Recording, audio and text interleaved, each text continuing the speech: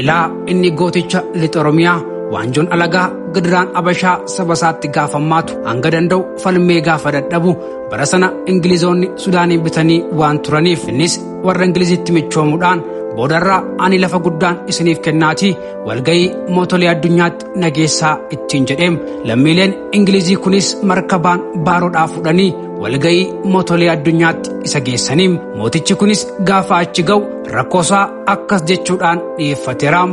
Nuti sabni Oromoo bara duriirraa kaasnee sirna mataa keenyaa diimokiraasii sirrii ta'ee sirna gadaatiin bullaa kanaaf ofii keenyaan of bulchuu waan dandeenyuuf mootummaan nafxanyaa nurraa ka'ee ofii keenyaan akka of bulchinuuf ajaji keessan akka nuuf kennamu isin gaafachuun dhufettiin jedheem.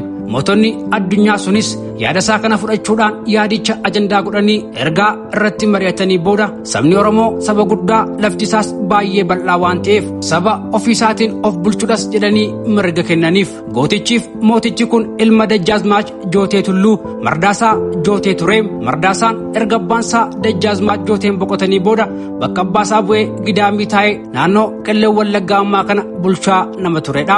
Fitawuraarii Mardaasaan barachuuttis nama baay'ee amanan waan turaniif Dr. Toomaas Laambee Dambidollootti mana barumsaa banee ijoollee barsiisuu jalqabuusaa yeroo dhaga'an gidaamiidhaas ijoollee 40 akka barataniif Dambidollootis erganii turaniim. Ijoolleen kunis akka gaariitti akka barataniif ijoollee kana akka barsiisuuf nama baay'ee amanu tokko waamee qotiyyoo cimdii 4 itti kennuudhaan naannoo mana barumsaa Dambidolloo taa'ee midhaan isaan nyaatan qotee fi akka ijoolleen kun barataniif galfatas itti kennateem. Itti dabalees horii callaa harkatti itti kennuun dhimma hojiitiif gara Finfinneettis ol ba'eem. Namichi inni amanatee galfata guddaa kana itti kenne kun garuu sangoota sana gurguratee horii callaa itti kennames nyaatee fixee ijoollonni hundumtuu barumsa osoo hin argatiin akka afan taasiseem. Mardaasaan bara aangosaa kanatti Oromoo sirna Abashaa jalaa bilisa baasuuf hanga walgayii mootolee addunyaatti deemee waa'ee Oromoos nama dubbatedhaam. Boodarra karaa kanaanis Oromoon ofiin of bulchuun gaafa ulfaatu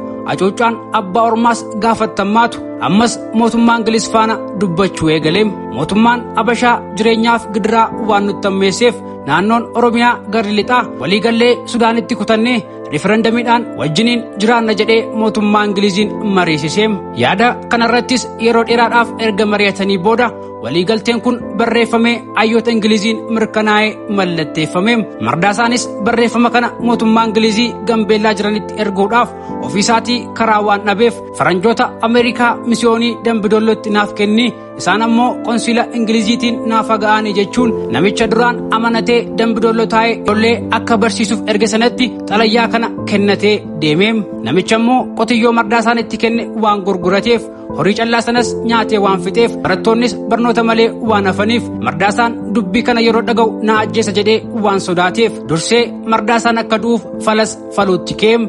Falli inni fales xalayyaa Mardaasaan faranjiitti naaf kenni jedhee itti kenne sana faranjii dhiisuudhaan beggii deemee diina Mardaasaa kan ta'e Shogoleetti kenneem. Shogoleen ammoo Mardaasaa qofa osoo hin taane abbaa Mardaasaa Jootee Tulluutiifis diina guddaa waan tureef Shogoleen xalayyaa kana yeroo argatu baay'ee gammadeem.